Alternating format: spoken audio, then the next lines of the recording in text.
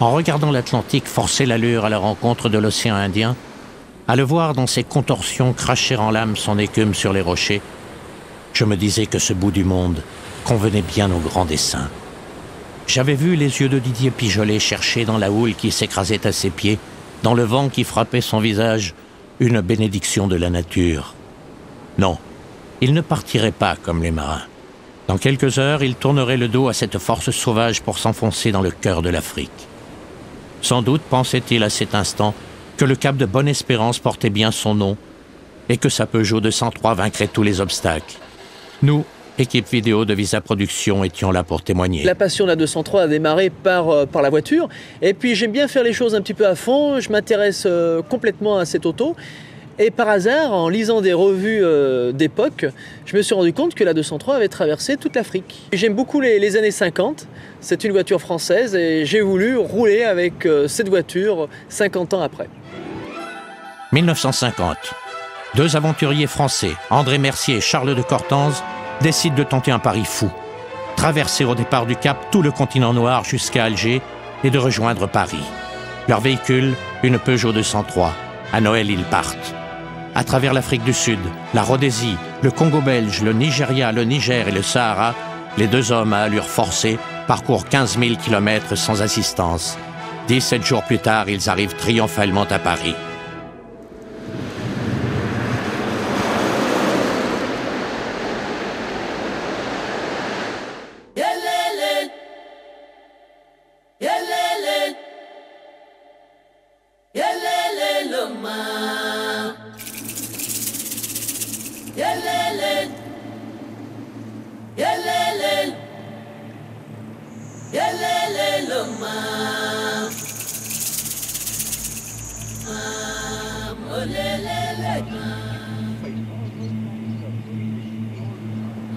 La montagne écran, la montagne écrin, défie l'immensité océane. Naguère de cette île, flaque de terre sur la mer, Nelson Mandela, le reclus, pouvait sentir vibrer le cœur du Cap et d'un pays qui le bannissait.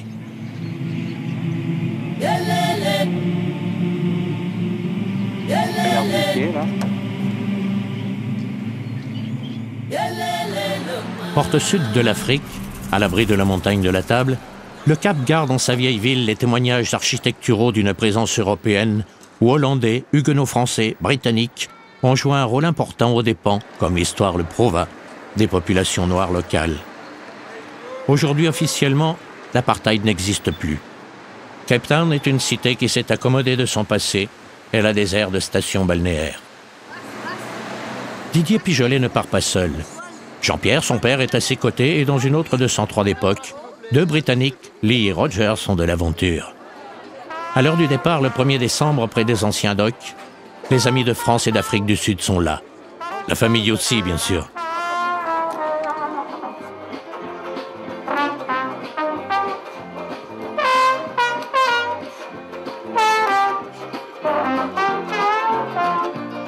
Je ne sais pas ce qui m'a poussé, mais je trouvais que c'était une très bonne idée de traverser l'Afrique en 203. Et puis pourquoi pas, quand on a une chance comme ça de faire une aventure pareille, il faut le prendre et il faut y aller. Donc, On s'est pris au dernier moment. On a travaillé comme les dingues pour libérer de la place pour cette aventure dans notre vie. Et finalement, on a rendu compte, peut-être 3 semaines avant le départ, d'avoir des voitures dans le conteneur pour le Cap, qu'il fallait faire pas mal de choses. Alors, qu'est-ce que vous attendez de ce voyage? Des émotions, des découvertes, des paysages, des rencontres? De la poussière, de la chaleur et beaucoup de coca, peut-être. surtout pas de Coca-Cola pour moi. Mais sinon, oui, beaucoup de poussière, ça, c'est sûr.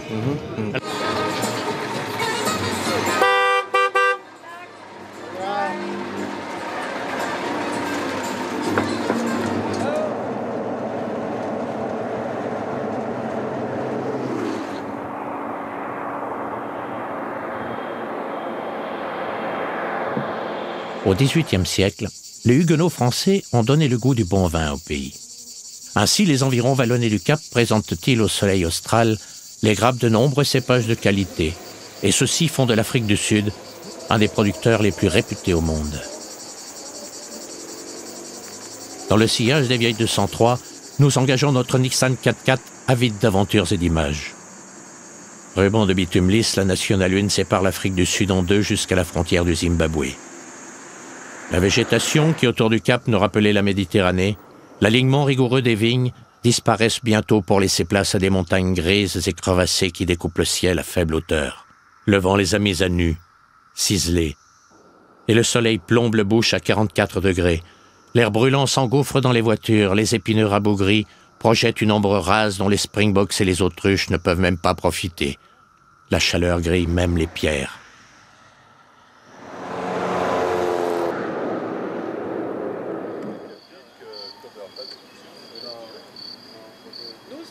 Beaufort West est premier bivouac sur le long parcours qui s'offre à nous. Un peu de vin rouge de Stellenbosch pour accompagner un menu frugal et champagne pour fêter notre départ. Santé au Cap.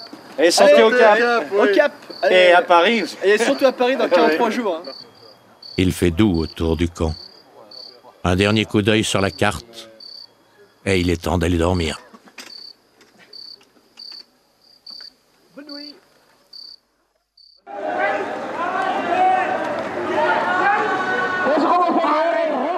Colesberg, sur la route de Bloemfontein, est en pleine campagne électorale pour les élections municipales. C'est une campagne joyeuse à l'africaine, à laquelle même l'étranger est convié à participer. Yes. Democratic Alliance, Chief. C'est 20. C'est 20, brother. C'est 20.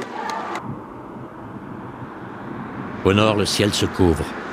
L'orage se forme au cœur gonflé des nuages lourds qui semblent cerner la savane du plateau. Un souffle d'air éveille un arc-en-ciel qui découpe la grisaille de l'horizon. Et bientôt, une étrange lueur s'échappe des nues cotonneuses. Elle annonce une nuée électrique. Pretoria, la ville-bourg, capitale administrative du pays, plantée sur des champs souterrains de mines d'or et de diamants, semble à l'écart de la fébrilité des grandes cités. C'est ici, après une semaine de voyage, que nous devons abandonner notre copain Fred, le preneur de son de l'équipe. Malade, il doit être rapatrié en France.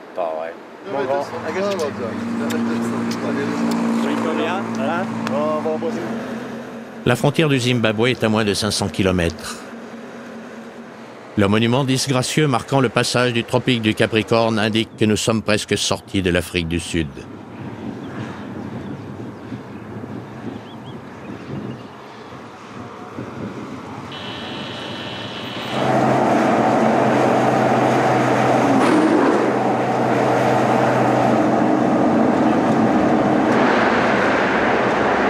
Nous roulons sans précipitation vers ce pays que jadis on appelait la Rhodésie du Sud.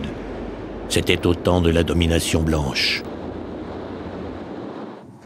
Le poste frontière de Messina n'est plus très loin.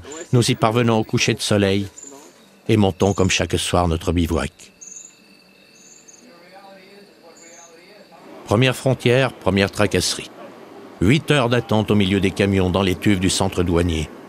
Tout cela parce que l'administration sud-africaine tarde à rembourser une taxe indûment perçue. De l'autre côté du fleuve Limpopo, c'est le Zimbabwe. Ce n'est pas la route qui change, même pas tellement le paysage. On a seulement la sensation diffuse d'être enfin vraiment en Afrique. Pourquoi? Cela reste un mystère. Peut-être les rencontres y sont-elles plus simples, plus spontanées. Sylvia Zulu? Yes. Oh, hello. Oh. La vie dans les villages s'organise autour de l'eau trop rare, que l'on va chercher profond dans le sol à la force collective des bras.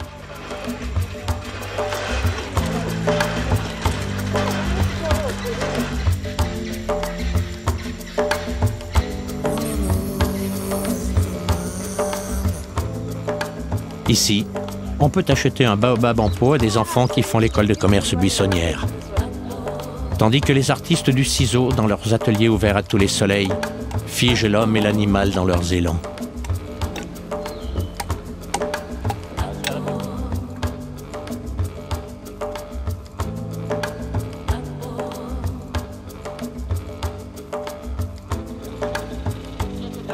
Pour les équipages, il est l'heure de ravitailler car nous avons décidé de remonter le plus vite possible vers les chutes Victoria.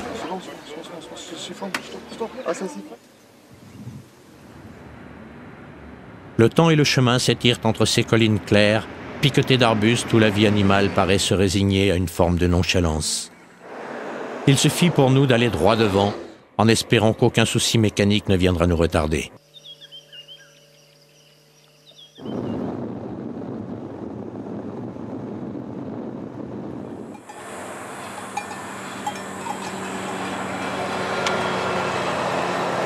Afin de gagner du temps, nous avons choisi de ne pas faire halte à Guayi River. Nous avons hâte d'atteindre le Zambèze. Le calendrier du voyage nous impose ce rythme, au détriment bien sûr de notre curiosité. À Messaguanda, il faut rassurer la population locale qui trouve étrange de rencontrer chez elle des Européens avec une grosse caméra qui filment la nuit. Nous évitons de peu une interview avec la police.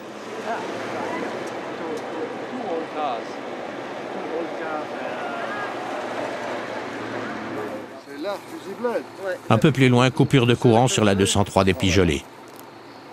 Ah bah attends. Vas-y, je t'éclaire là. Oui, non mais...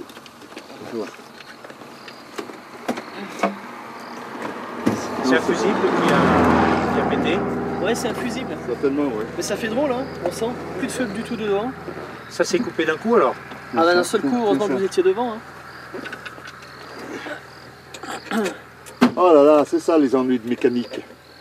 Mais ça, c'est pas méchant, on va pas y arriver. Ce n'est rien finalement. Et les Victoria Falls sont bientôt à portée de nos sémillantes voitures qui ronronnent tout à leur aise sur le bitume. En ce 6 décembre.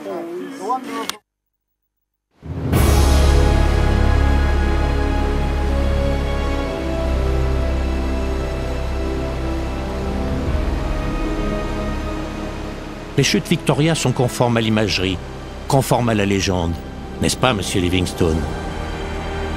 La gorge géante tranchée dans la roche noire reçoit le violent fracas des eaux du Zambèze pour faire naître l'écume et les arcs-en-ciel.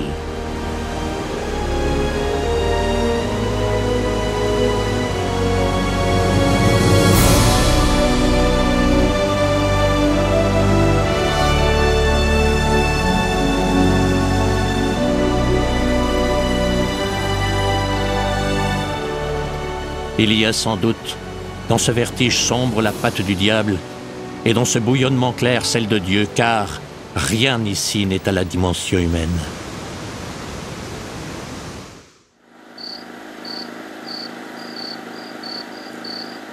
Bivouac à Victoria Falls. Demain, nous serons en Zambie.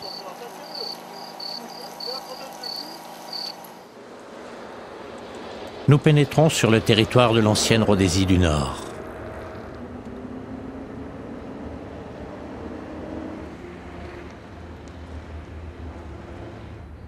C'est encore un plateau bosselé où les gens de la terre vivent chichement des produits d'un sol souvent ingrat, où la savane semble être une friche à perte de vue, sillonnée de sentiers usés par les pas de générations d'autochtones. Ici, les villages s'accrochent à une vie sans fioritures, mais leurs habitants ont un accueil sincère, simple, teinté de curiosité, bien sûr.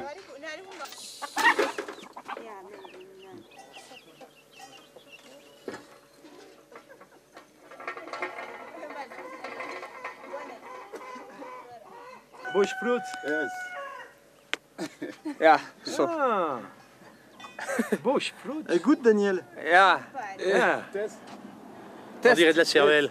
Test. Can test. Regarde, on dirait de la cervelle, hein? Yes. It's good. Jumbo. Ce ne sont là que des instants fugaces, des rires, des sourires, des paroles échangées.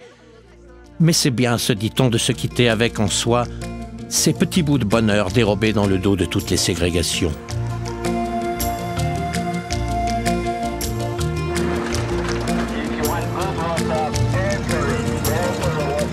Dans la ville de Choma, un peu plus loin, un couple d'Allemands descend à moto vers le Cap, accompagné de son chien. Cette route, décidément, est un chemin d'aventure.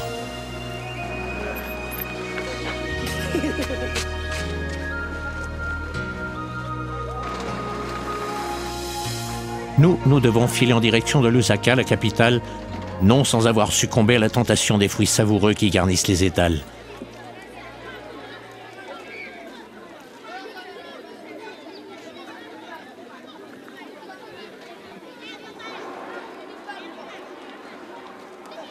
prendre un gros match là.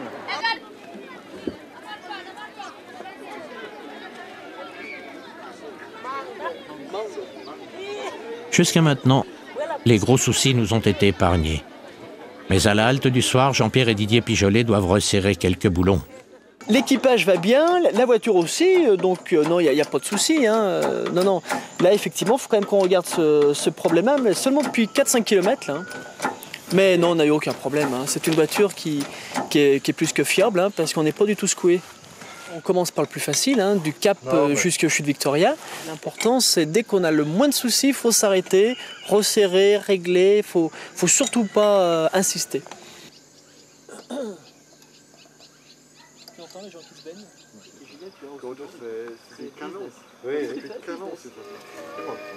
Le bivouac pourtant sera tranquille, malgré la visite impromptue de quelques zèbres audacieux.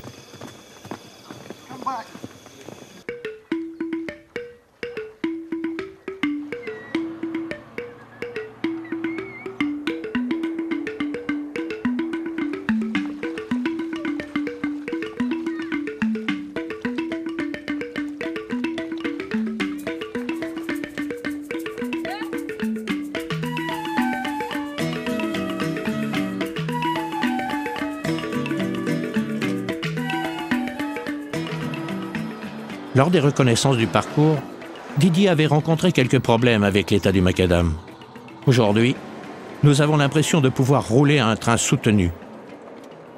Jusqu'à quand pourrons-nous le faire? Nous n'en savons rien et nous évitons de penser que la nature de notre périple peut brutalement changer.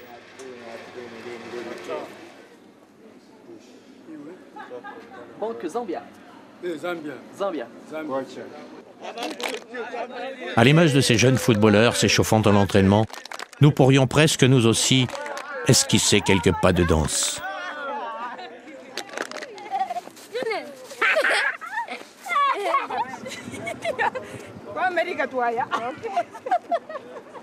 Kabwe. Kabwe est une bourgade minière située sur un gisement de zinc en bordure de la voie ferrée qui traverse le pays entre les chutes Victoria et Ndola à la frontière du Zaïre. Il y règne une animation intense, entretenue en partie par notre arrivée.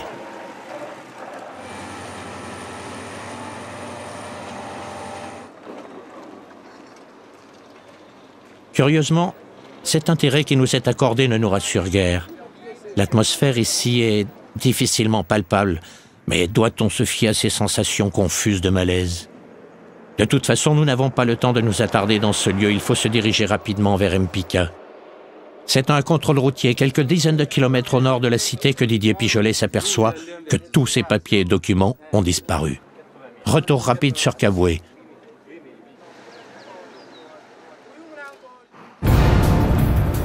Un jeune homme a vu le voleur et le connaît. Nous passons l'après-midi à chercher en vain sa trace dans les bars et hameaux alentours. Mais, à la nuit tombée, alors que nous commencions à désespérer, notre informateur nous annonce avoir mis la main sur le détrousseur et son butin.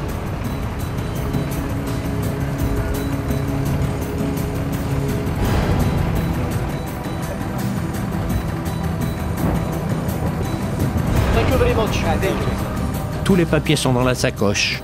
Les détectives ont touché leur prime et le larron est quelque part dans la nuit. Peut-être avec quelques dollars en poche.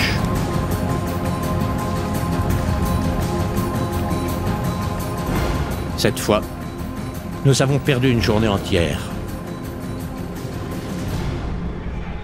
Les émotions ont été fortes et nous préférons nous arrêter à Kapiri Mposhi pour fêter notre nouveau départ, dans ce bistrot de routier, coloré, enfumé, bruyant, où la bière coule à pleine bouteille pour apaiser la chaleur lourde qui assaille les voyageurs.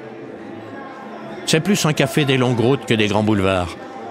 Mais pour nous, ce soir, autour de la table, avec des compagnons inconnus, c'est un endroit où il fait bon vivre.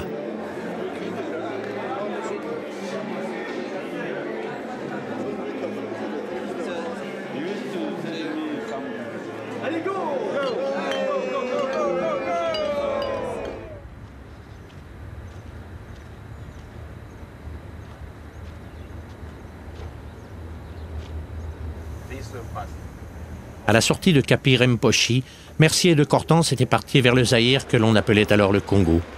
Didier Picholet doit prendre, lui, la direction du nord-est. C'est ici que se sépare ta route et celle d'André Mercier et de Cortance.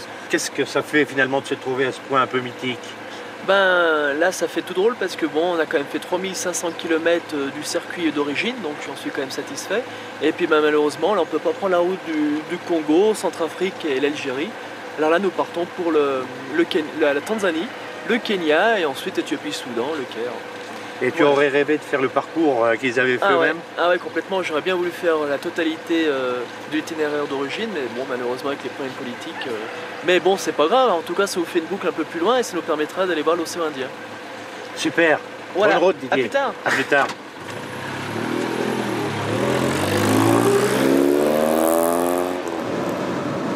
Nous devons rattraper notre retard et entamer vite la remontée vers Mpika et Nakonde à la frontière tanzanienne. Heureusement, nos voitures tournent comme des horloges.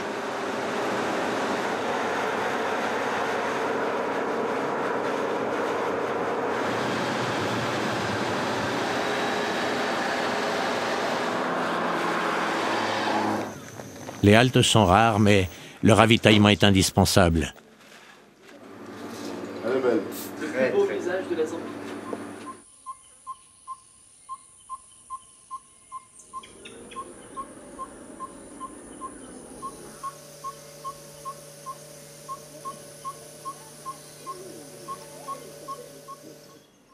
Le ciel gronde derrière les nuages rassemblés en escadrons sombres. Mais la pluie d'orage qui se déverse sur le pays n'arrêtera pas la progression à travers le bush.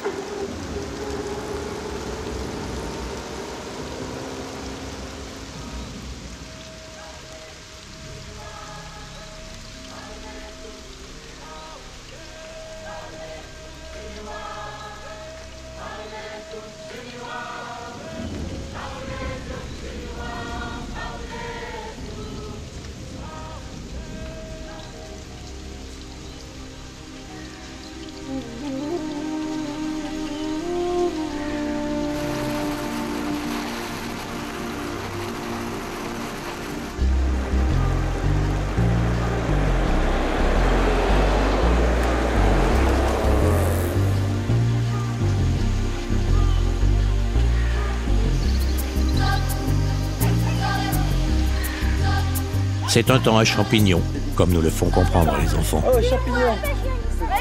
Mushroom. Ah.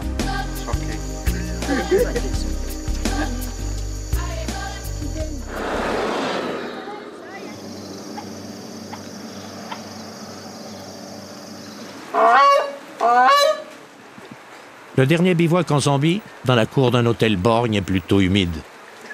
Mais nous sommes parvenus à la frontière tanzanienne dans les délais prévus.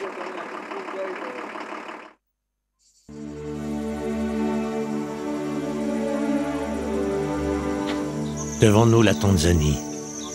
Ce que nous voulions tous voir ici, même si nous l'avions déjà vu ailleurs, c'était la richesse de la faune, cette extraordinaire composition animale que Noé aurait pu déposer ici pour en préserver l'identité. Voyage discret dans le cœur inapprivoisé de la réserve de Mikumi, où l'énorme côtoie le minuscule et la puissance la gracilité.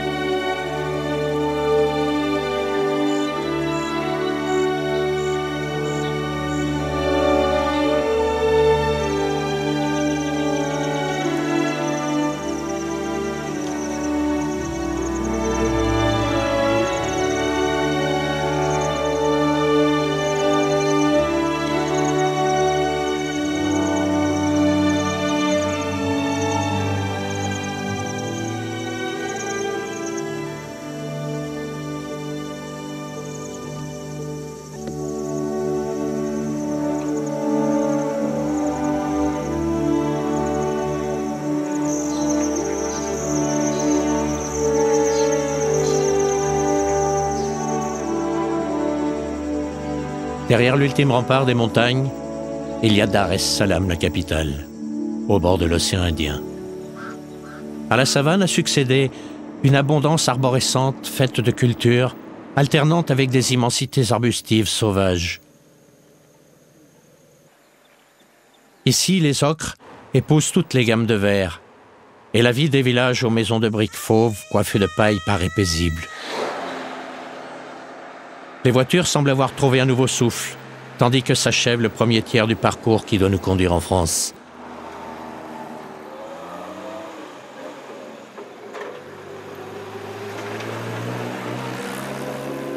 C'est de nuit en forçant l'allure que nous toucherons au port.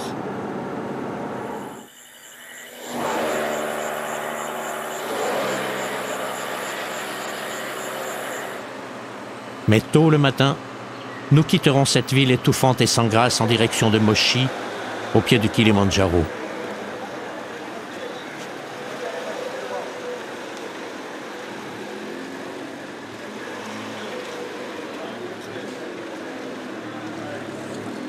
Alors, IMC.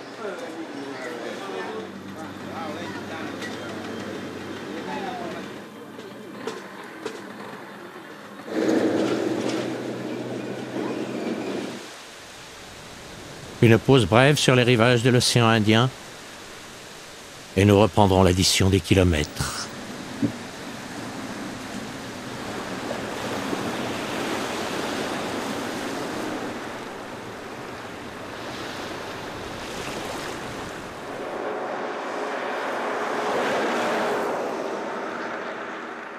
Les brumes au petit matin caressent encore les flancs du mont Meru. Le Kilimandjaro reste, lui, obstinément enfermé dans son cocon nuageux. Tant pis. La bonne surprise de la matinée viendra de la rencontre fortuite, à Arusha, avec le possesseur d'une Peugeot 203 blanche, hors d'âge, mais préparée à l'africaine. Les hommes ont le moral et Jean-Pierre Pigelet se réjouit de l'aventure. Est-ce que tu es parti justement avec ton fils ou avec ton copain? Ah, alors là, c'est copain. C'est plus l'histoire du fils et du père, c'est vraiment le copain. C'est lui qui dirige tout. Moi, je m'occupe de rien, je le suis. C'est lui qui organise tout. Voilà. C'est lui le patron de la voiture? C'est lui le patron. C'est monter l'africaine? Ben en tout cas, ça marche. C'est ce qu'il faut. L'entrée au Kenya ne pose aucun problème. Dans leur château de terre brune, les termites font office de vigie de la route.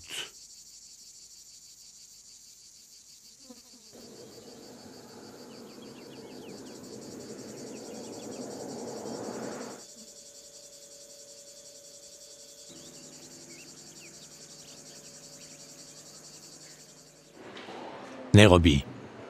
La nouvelle équipe de Visa Production est venue prendre le relais et son premier contact avec le reportage est plutôt rude.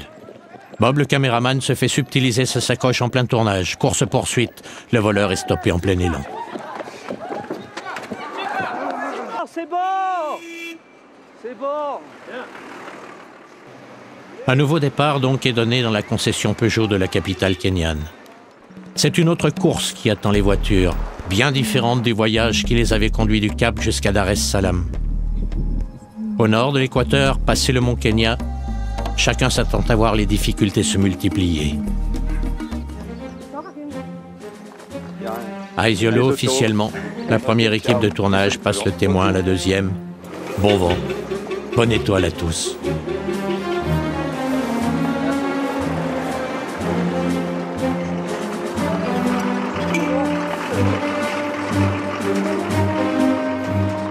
Tout a changé. C'est la poussière et la chaleur qui traquent les migrants dans un paysage qui s'assèche au fil des kilomètres. Ça et là, la vie s'abrite dans des cases. Les militaires arpentent des cailloux brûlants, car tout est brûlant dans ce coin d'Afrique où les voyageurs solitaires ne sont pas à l'abri de mauvaises rencontres.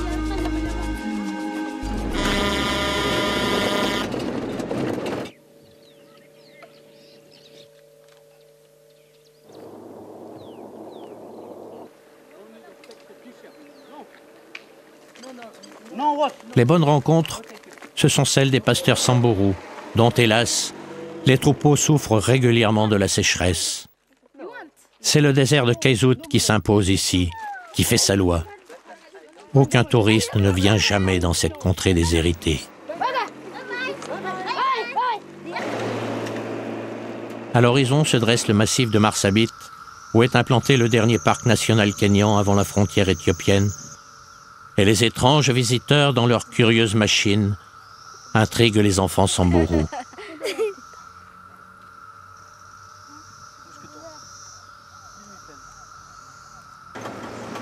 L'état de la piste s'est dégradé rapidement. La plupart du temps, nous ne progressons plus qu'à 20 ou 30 km/h.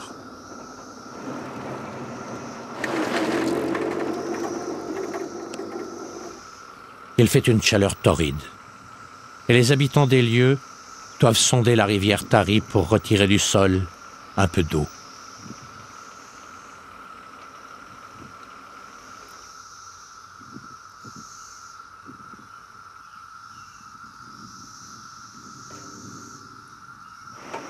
Avancer. Avancer encore, c'est le leitmotiv. Il n'y a que ça à faire. Les voitures ont besoin d'une surveillance de tous les instants. Chaque plainte de leur part est enregistrée avec inquiétude. Où est donc le bitume de l'Afrique australe? Loin derrière, très loin désormais.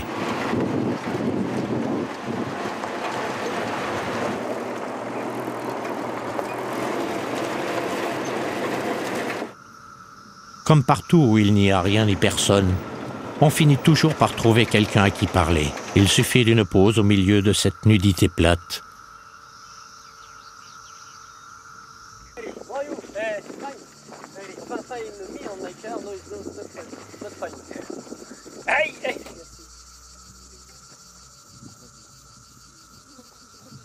Didier, qui travaille le langage des signes, explique qu'il a vu un éléphant et son interlocuteur acquiesce.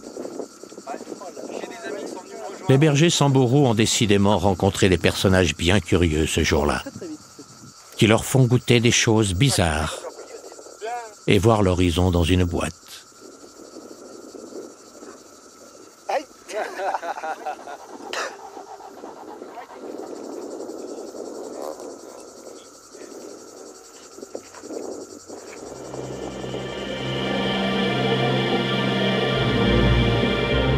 La progression est toujours aussi lente, aussi délicate dans les trous et les ornières. Les 203, le 4x4 aussi, sont en train d'apprendre la souffrance dans ce milieu hostile, torturés, irrités par le vent. On dirait que la nature veut punir l'impudence des hommes.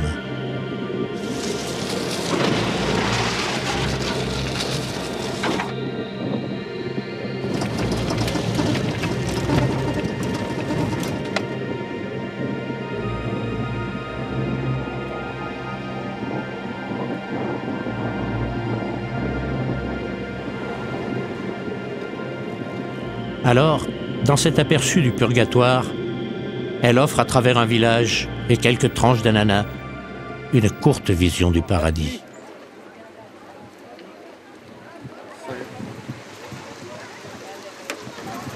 Miracle soudain, il pleut. Pour les habitants du lieu, c'est sans doute une excellente nouvelle pour nous qui devons sillonner la piste. Nous ne savons pas encore ce que cela signifiera.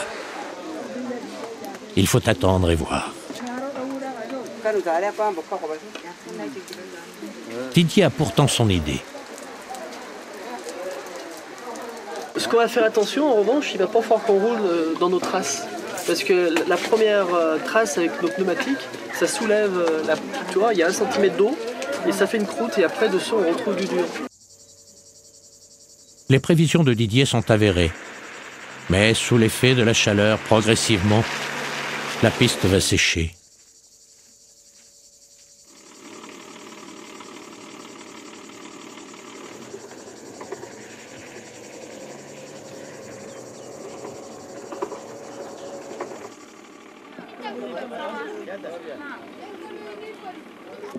La progression vers Moyale et la frontière d'Éthiopie se poursuit dans une sérénité plus que relative. Dans les villages, les gens se demandent sans doute d'où nous venons et où nous allons. Ils savent de toute façon que nous ne faisons que passer sur ce chemin. Personne ne s'arrête ici. Il fallait bien que cela arrive. La crevaison, bien sûr. Ce n'est jamais grave, sauf lorsqu'on perd un temps infini à stabiliser un cri sur un sol fuyant. Dans cette expédition tout-terrain, les voitures, en moins de 800 km, ont encaissé plus de chocs que dans les 6000 précédents. Et un coup d'œil aux suspensions s'impose. En ce moment, nous sommes à la frontière de l'Éthiopie, la montagne qui est juste derrière nous, à 5 km à vol d'oiseau. C'est la frontière naturelle de l'Éthiopie. Avant d'entrer en Éthiopie, cependant, il faut honorer le rendez-vous avec le frère Francisco, auquel des médicaments ont été promis pour son hospice de brousse à Sololo. Medicine in excellent. Medical take for me, for take for you. Thanks.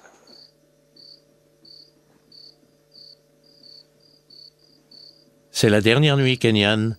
Demain, nous serons dans un autre monde.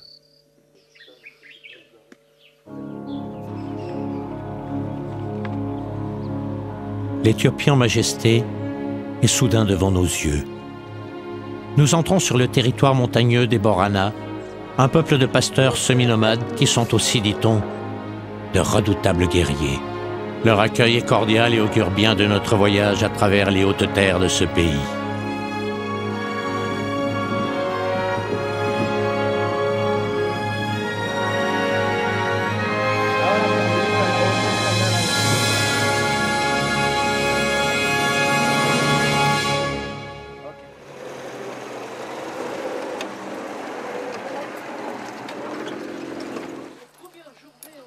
Nos bivouacs, naturellement, attirent la curiosité.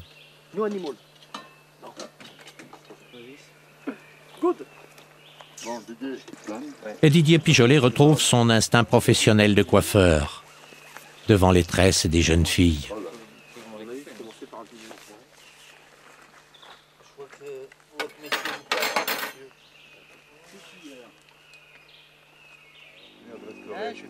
Seuls enfin dans notre campement, nous nous préparons à une nuit fraîche.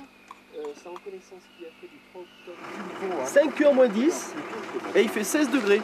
Il fait pas très chaud, nous qui avons pris l'habitude d'être à 35. Dans le village, il y a de l'animation dès le lever du jour. On dirait que tous les enfants se sont rassemblés autour de nous ce matin pour nous saluer. Tandis qu'un petit mitron porte la pâte au four, la vie de la collectivité prend forme.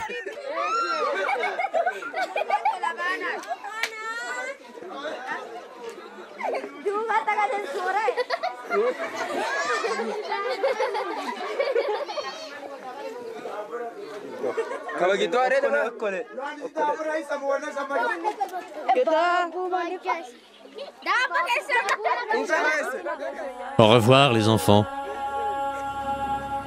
Nous devons mettre le cap sur Addis Abeba, loin au nord dans la montagne.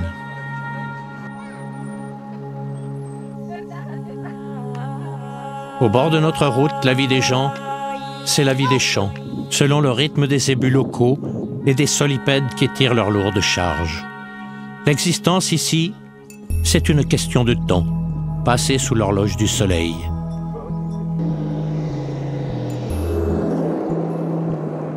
À nous, hélas, ce temps est compté. Mais nous avons choisi la montre et les heures qu'elle égrène avec obstination. À Addis Abeba, il faut bien songer à faire quelques réparations, car la piste a été impitoyable. Les Pijolets ont des problèmes d'allumage, les Britanniques de suspension et nous, de galerie de toit. On a déjà 5 heures de retard.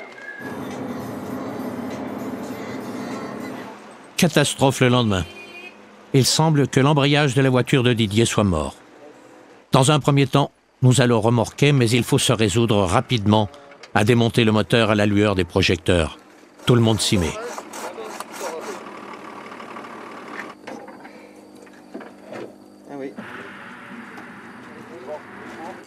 Les villageois sont là et certains même montent bonne garde, tandis que Roger dirige la manœuvre. Deux de chaque côté, une là et une là. Voilà, lève. Est-ce qu'il n'y a pas un fil qui traîne? Il n'y a rien. Non, il n'y a rien, c'est bon. Attends, on a encore pour 2 heures à mon avis. Là. Macaroni. À défaut d'être chef d'atelier, on peut être chef de cuisine. Et le moral de la troupe s'en trouvera conforté un peu plus tard, quand le travail aura avancé. Ok, descends. Descendez. Ok.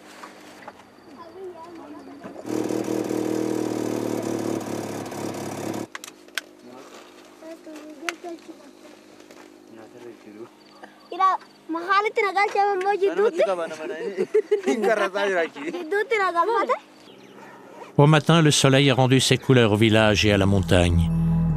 La vie champêtre s'organise comme chaque jour, paisiblement.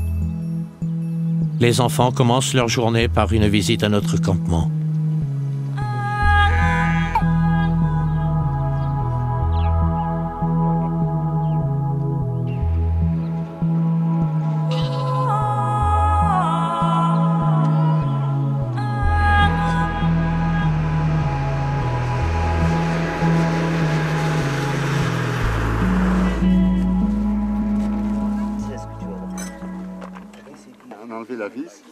Cette nuit, les équipages épuisés n'ont pas pu remettre complètement en état la voiture de Didier. L'arbre de transmission, le pont arrière peut-être, sont hors service. Donc il faut y être avancé. Il faut faire remorquer la 203 jusqu'à Addis Abeba. Pour la première fois, nos routes vont se séparer, car il faut absolument qu'une au moins des deux voitures réussisse le challenge.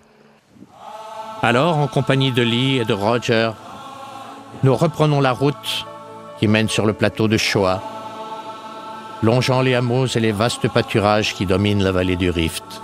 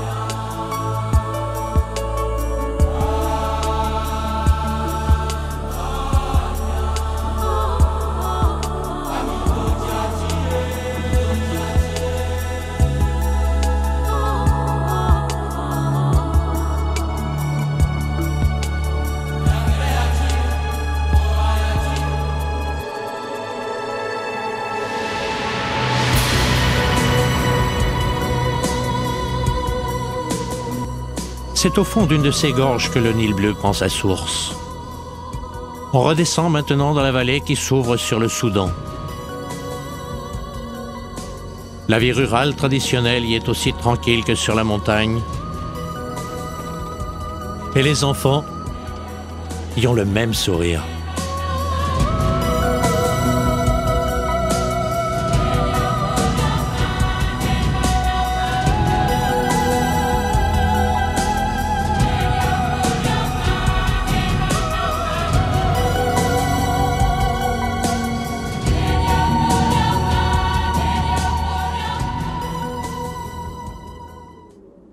Le point du jour sur le Soudan est incandescent.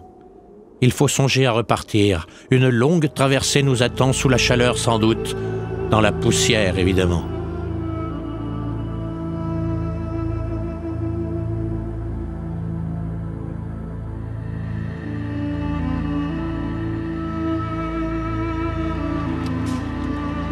Sur la piste, de gué en gué, de village en village, on pénètre un territoire soudanais fascinant. Mais ce n'est pas encore le désert.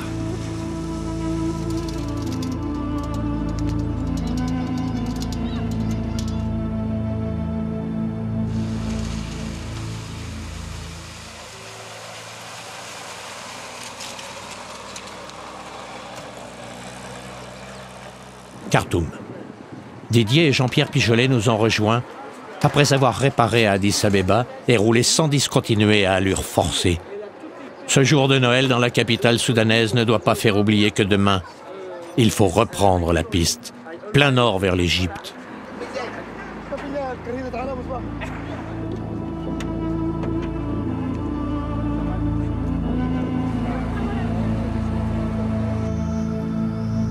Le désert est là, comme un nouveau défi aux équipages, avec ce sol aride qui se consume devant nous. Le feu du ciel n'a rien épargné de ce paysage, même pas les pyramides de la cité royale de Méroé, patrimoine abandonné au sable et au vent.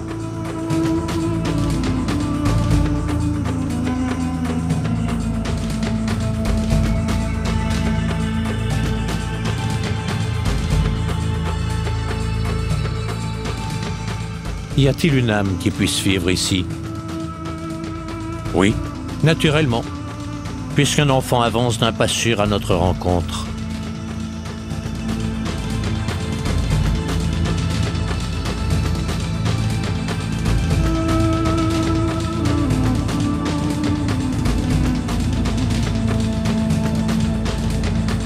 Depuis Khartoum, des amis de Didier et de Jean-Pierre ont rejoint notre petit groupe. Ils connaissent bien le pays, leur aide nous sera précieuse. Et quand vient l'heure du bivouac, il faut encore songer aux réparations de fortune. Renforcer par exemple les suspensions, avant de se restaurer près du feu de bois.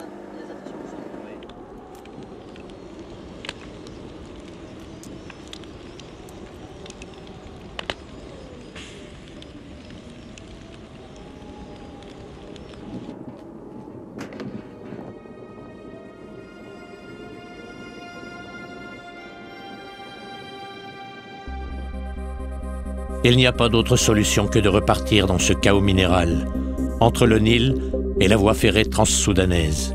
Nous n'avons qu'une seule obsession, faire que les voitures tiennent le choc que leur inflige le désert de Païoudé. Wadi Alpha, où nous devons emprunter le bac du lac Nasser, est à des centaines de kilomètres d'ici.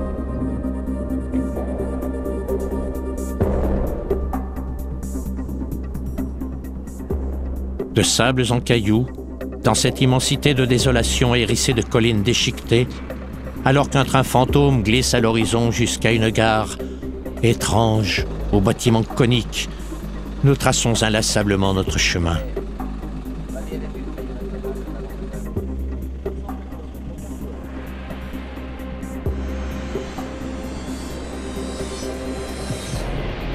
L'horizon est immuable, et le bivouac atténue à peine la fatigue des hommes. Cette traversée du désert est implacable. Et pourtant, il suffit d'aller tout droit devant soi, comme si un océan s'ouvrait à la proue de nos voitures.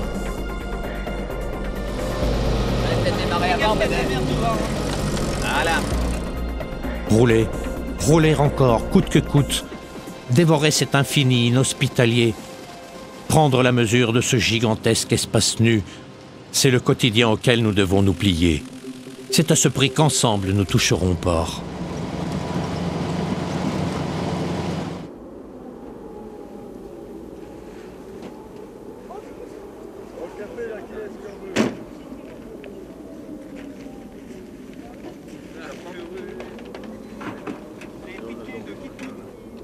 Notre regard embrasse une dernière fois ce pays que le soleil et le vent ont dépouillé.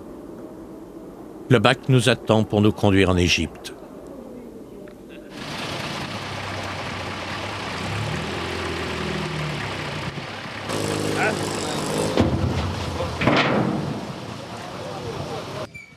Wadi Alpha est un port des terres profondes. Son originalité est d'être au débouché du Nil, dans le lac Nasser.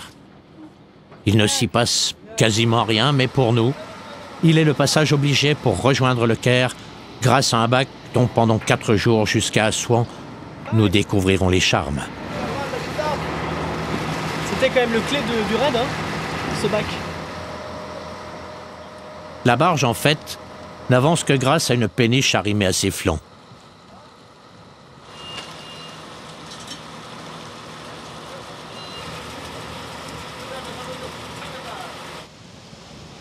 Enfin, nous prenons le large.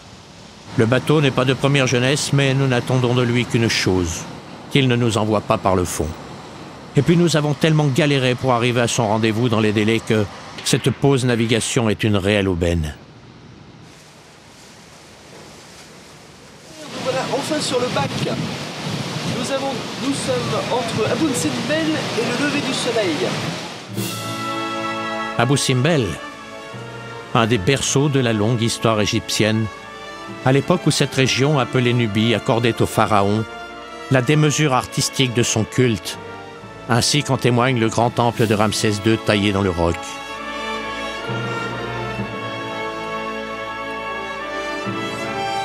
Nous n'avons hélas pas le temps de visiter cette merveille monumentale. Le bateau trace imperturbable son sillage, et nos compagnons de voyage manifestement ne sont guère concernés par les temples de la Haute-Égypte. À bord, la vie, c'est une forme d'oisiveté. De toute façon, il n'y a rien d'autre à faire qu'à regarder passer le temps. Ici, on se rase, là, on vit à fond de cale. À côté, on s'offre une petite coupe. Faute de distraction, la croisière ne s'amuse pas, mais elle s'arrange pour tromper son ennui. Le lac Nasser est si calme que la nonchalance fait force de sagesse. Il y a le ciel, le soleil, la mer, et cette route rectiligne dans le bruit des moteurs et les odeurs de gasoil.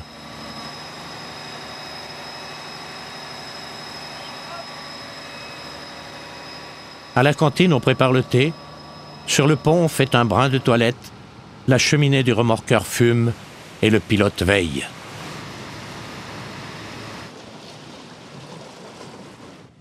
Le vent s'est levé. Les vagues ont enflé. Et il a fallu s'arrêter dans une crique. Les marins du bord sont soucieux.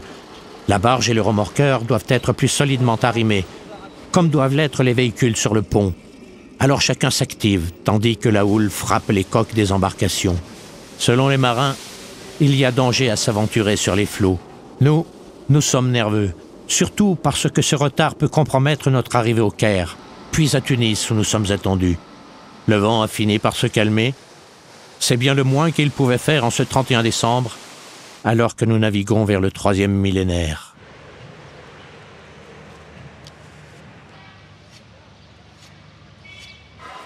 Nous voici enfin à Assouan. Les difficultés administratives nous obligent à passer la nuit dans la ville. Les autorités de surcroît nous contraignent à obliquer vers la mer Rouge et à partir sous escorte, car la vallée du Nil est fermée aux touristes. Il faut qu'en 48 heures, nous ayons atteint le Caire.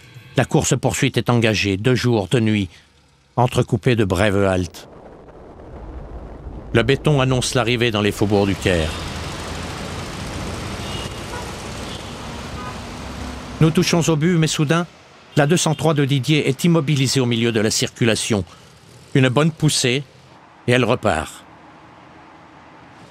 Le Caire, c'est le terme du voyage de notre 2e équipe de tournage qui le sera toutefois un homme sur place pour accompagner l'ultime relais du reportage.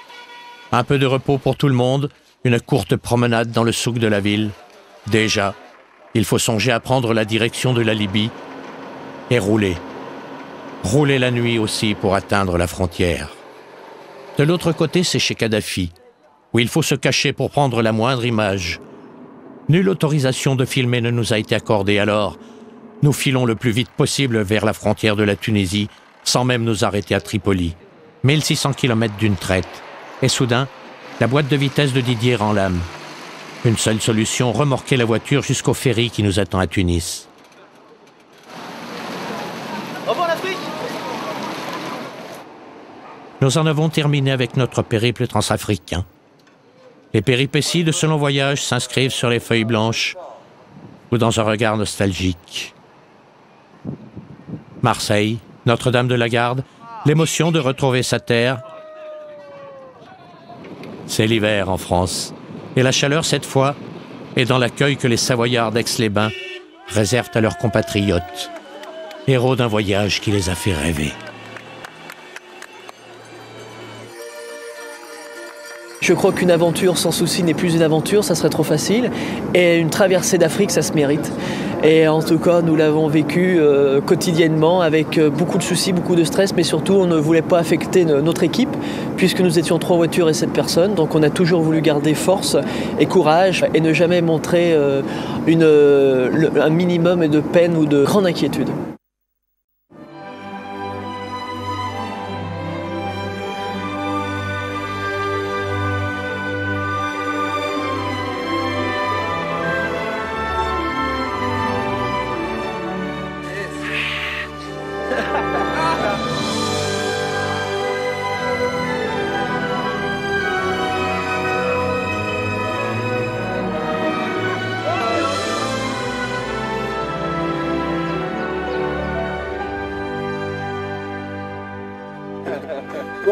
bon.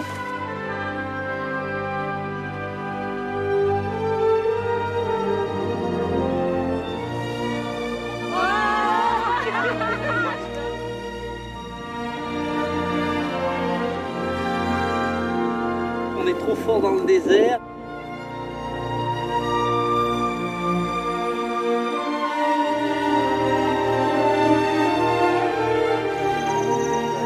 Ça va. Il est pas loin de midi, en plus c'est l'heure de l'apéro. Bon. T'as vu tous les cheveux en pyjama là?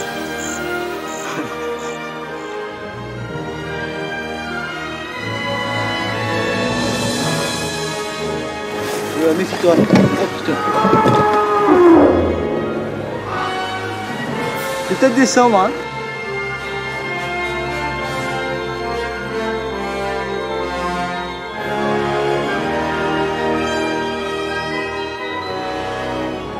C'est les soucis, hein. Soucis? Non. My name Daniel. And you? Sylvia Zulu. Sylvia Zulu? Yes.